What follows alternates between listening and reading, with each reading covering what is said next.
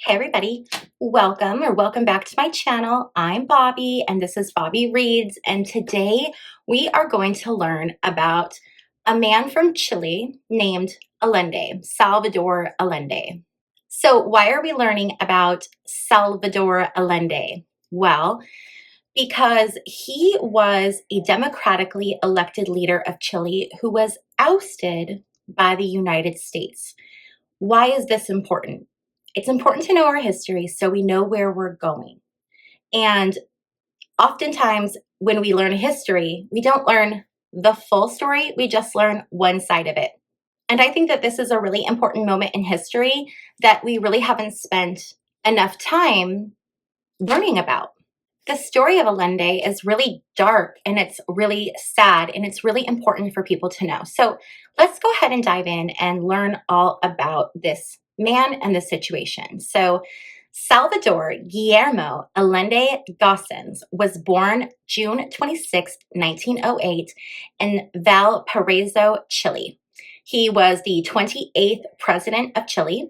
He came from an upper middle class family that was really active in political activism, and he himself was very active in activism as a young man and then as he moved into adulthood.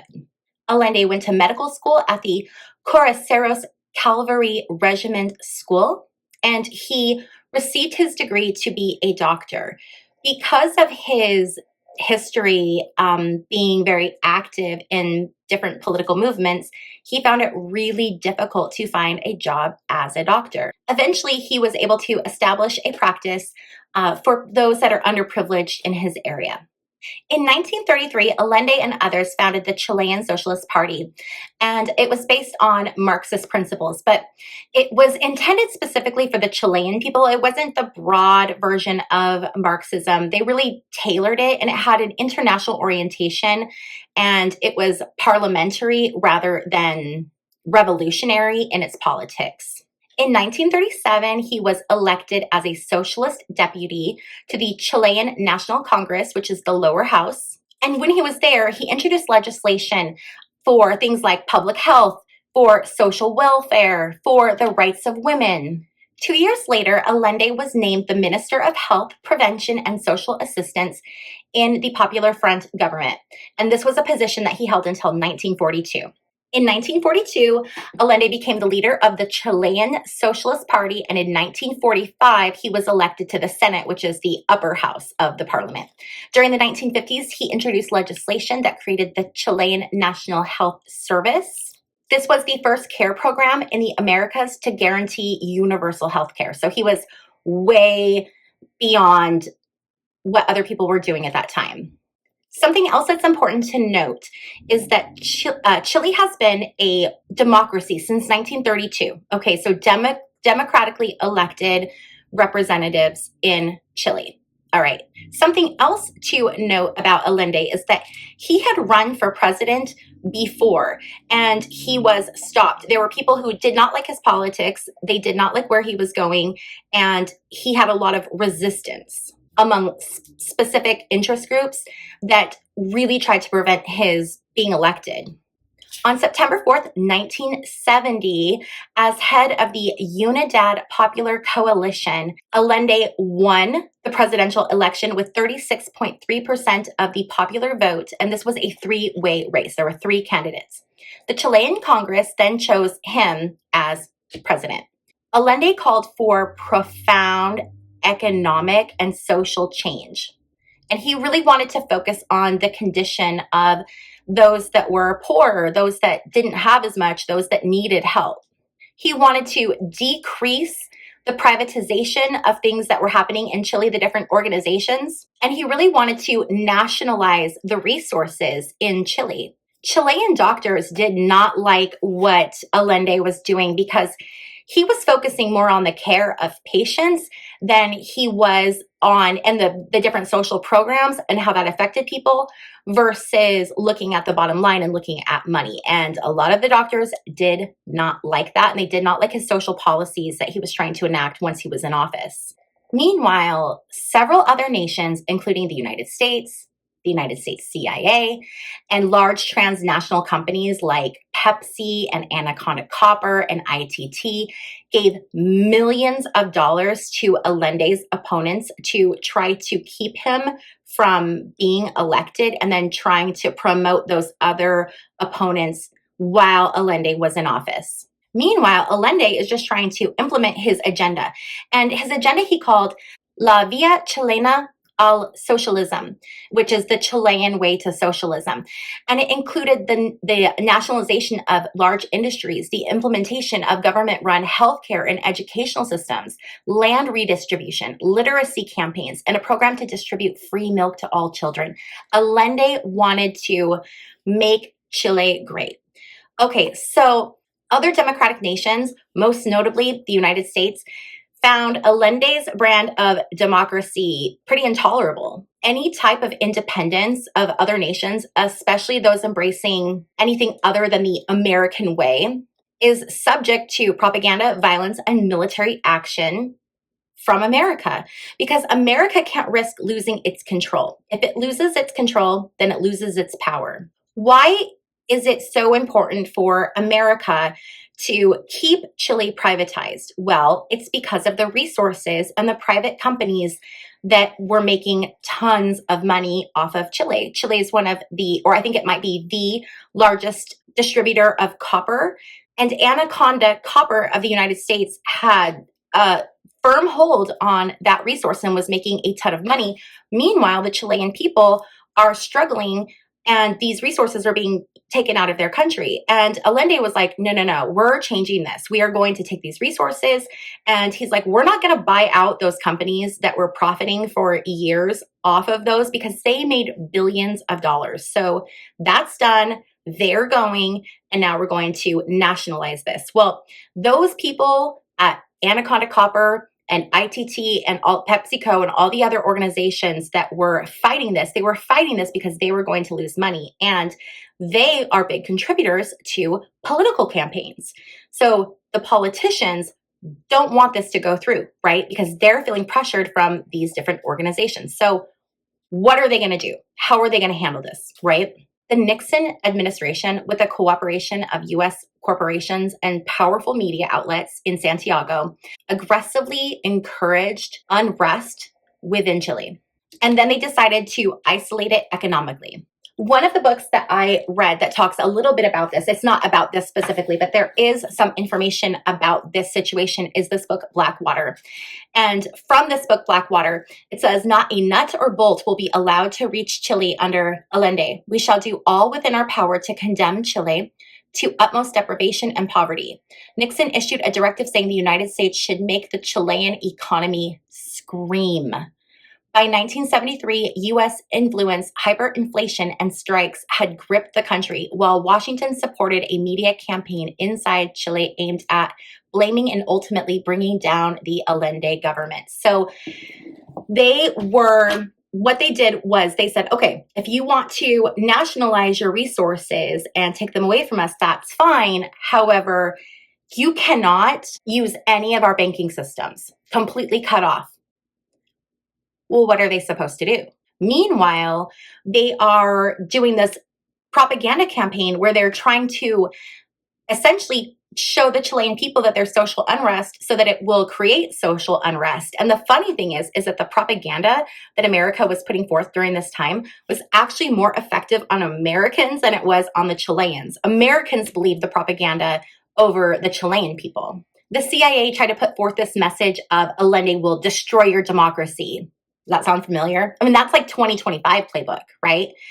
Trump was saying that if Kamala Harris was elected, there would be no more elections. She would destroy our democracy. And here we are. It's the same thing. And this right here is exactly why I love to do these videos. And I think it's so important for people to learn about history because nothing changes. Everything is the same. What we're seeing now are things that we have seen in the past. And if we know our past and if we understand it, we know what's coming.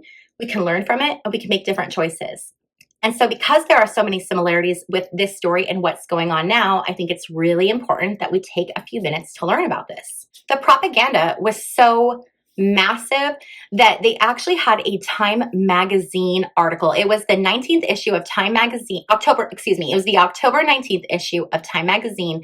It had this bright red cover on it, and then it had this picture of Allende, and it said Marxist threat in the Americas. And they wanted him to seem like a threat. Here's this person who is trying to make things better for his country. And the Americans can't have that because they don't want to implement that in the United States. They're not for that. They're against it, whatever the reasons are. So they have to destroy other people doing it as some way of like preventing it. So they really went hard with this very Marxist agenda. You know, same thing we hear today, radical left. It's the same thing. Another book that has a lot of information about Allende and just a lot of information in general is The Untold History of the United States. I did another video on this book. I will link it so that you can go check it out if you're interested. But there was a section in here about this, and I thought it was really important. This will just take a minute, but I think it's important to listen to this. So they're talking about Allende, and Allende, he's tired of the United States interfering in what's going on in his country. So he went to the UN because he was like, this is ridiculous. This has to stop. So on December 4th, 1972, Allende presents his case in front of the UN. And I want to read to you a little bit from his speech. So he says, our economy could no longer tolerate the subordination implied by having more than 80% of its exports in the hands of a small group of large foreign companies that have always put their interests ahead of those of the countries where they make their profits. These same firms exploited Chilean copper for many years, made more than $4 billion in profit in the last 42 years alone, while their initial investments were less than $30 million. We find ourselves opposed by forces that operate in the shadows without a flag, with powerful weapons from positions of great influence. We are potentially rich countries, yet we live in poverty.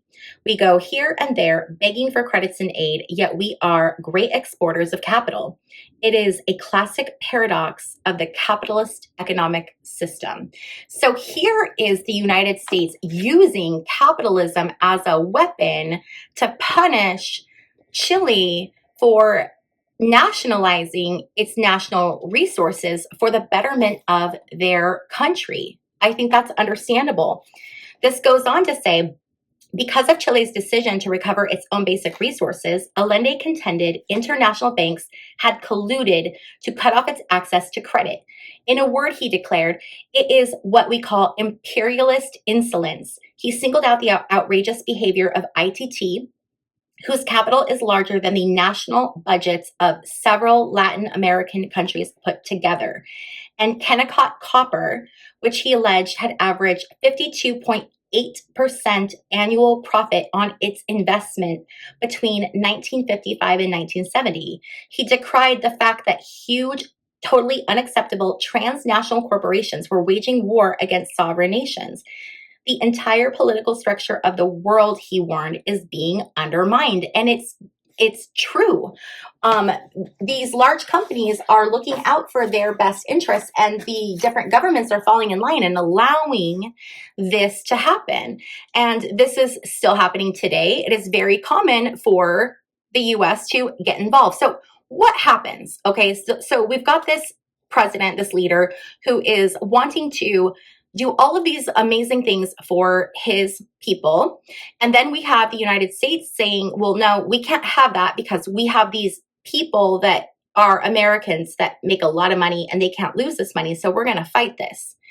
So they're fighting it. They're pushing out propaganda. So the stories are that he's this terrible person and he's a dictator and he's a rebel.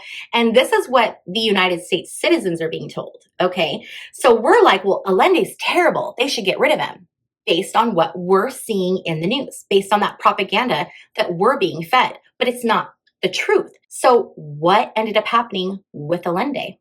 Well, President Nixon felt completely justified in overthrowing Allende's government. The CIA had been meddling in Chile's affairs since 1958, so this was nothing new. So Henry Kissinger, after being prodded by people like Chase Manhattan Bank's David Rockefeller, or former CIA director and ITT board member John McCone, he felt forced to do something. So he instructed the U.S. ambassador to Chile, Edward Corey, and the CIA station chief, Henry Heckscher, to stop Allende. So on the morning of September 11th, interesting, right? All those little coincidences.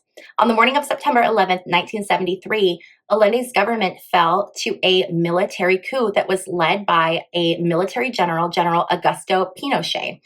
Pinochet was the commander-in-chief of the army, and he coordinated a massive military operation that surrounded the presidential palace, really gave Allende very few options. Now, as I'm sure you have already imagined, this General Pinochet and his army had been trained by the CIA, had been provided weapons and gear and everything they needed. So the CIA funded this army and these people to overthrow the government. And General Pinochet was he did terrible, terrible things to the people of Chile. It's terrible.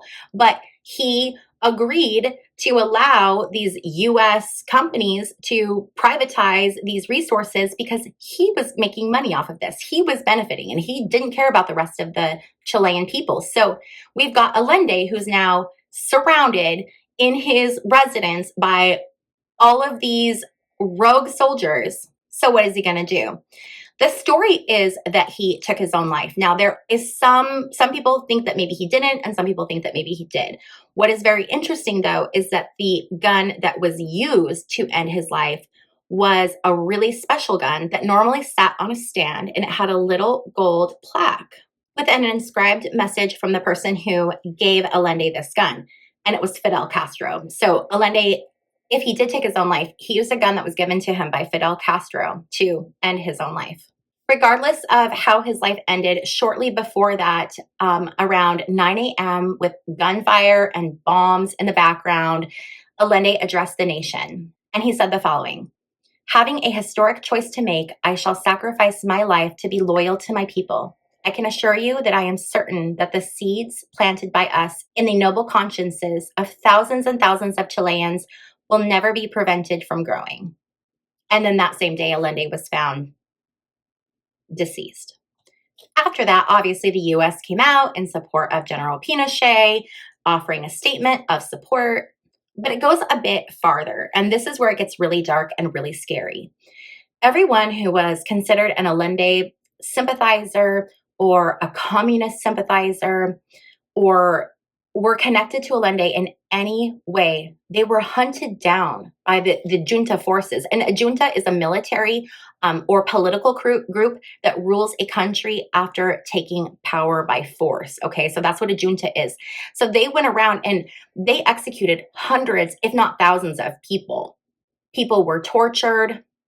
There are conflicting reports as to the number of people that were killed, but during an investigation, researcher Peter Kornblush writes that during a 17-year dictatorship, the Chilean military would be responsible for the murder, disappearance, and death by torture of some 3,197 citizens, with thousands more subjected to savage abuses such as torture, arbitrary incarceration, forced exile, and other forms of state-sponsored terror. Within weeks of the coup, Pinochet created a secret police force empowered to eliminate any and all enemies of his regime. This is dictator stuff. And currently, right now, we're seeing in our own government, we're seeing the Trump administration going after people who disagree with Trump or people who are Democratic. And what concerns me is that in this story with Allende, when Pinochet came into power, he had this private military that he used to execute his will. And this is very familiar with the SA in Nazi Germany. And where my concern is that we're starting to see a gentleman in the news quite a bit, and his name is Eric Prince. And Eric Prince is the owner of this company called Blackwater. Now, I believe Blackwater has been disbanded, but it's the same person is doing this, and he's doing the same kind of work. It's essentially mercenary armies. I just don't think he's doing it under the Blackwater name anymore. But this man, Eric Prince, has been talking to different leaders. He talked to the president of El Salvador. and he's talking to the Trump administration. And what he's wanting to do is offer his own private military. And I mean, it's a lot. He has a lot of people. Most of them are former military members of the United States. And he uses these people just like soldiers, but they are private citizens. And the fear that I have, and where I just want to make people aware, is that what's to keep Trump from utilizing a private army like a Blackwater mercenary group to start to implement some of these things, start to hurt people. We haven't seen that yet, but if history teaches us anything, it teaches us that it's coming. So that's what I have for you guys today. I hope that this was informational and educational. I hope that you guys learned something, and I hope that you see how the story that happened in the 1970s is very, very much relevant to what's happening today. If you guys are still with me and you like this video, please be sure to give it a thumbs up. And on your way out, please don't forget to subscribe if you have not yet subscribed. This is my baby channel, and I'm trying to get it to 1,000 subscribers. So if you're not a subscriber and you would like to help out my channel, please consider subscribing. I want to thank you so much for hanging out with me while we looked at this dark and kind of scary history, and I will see you guys in my next video. Bye.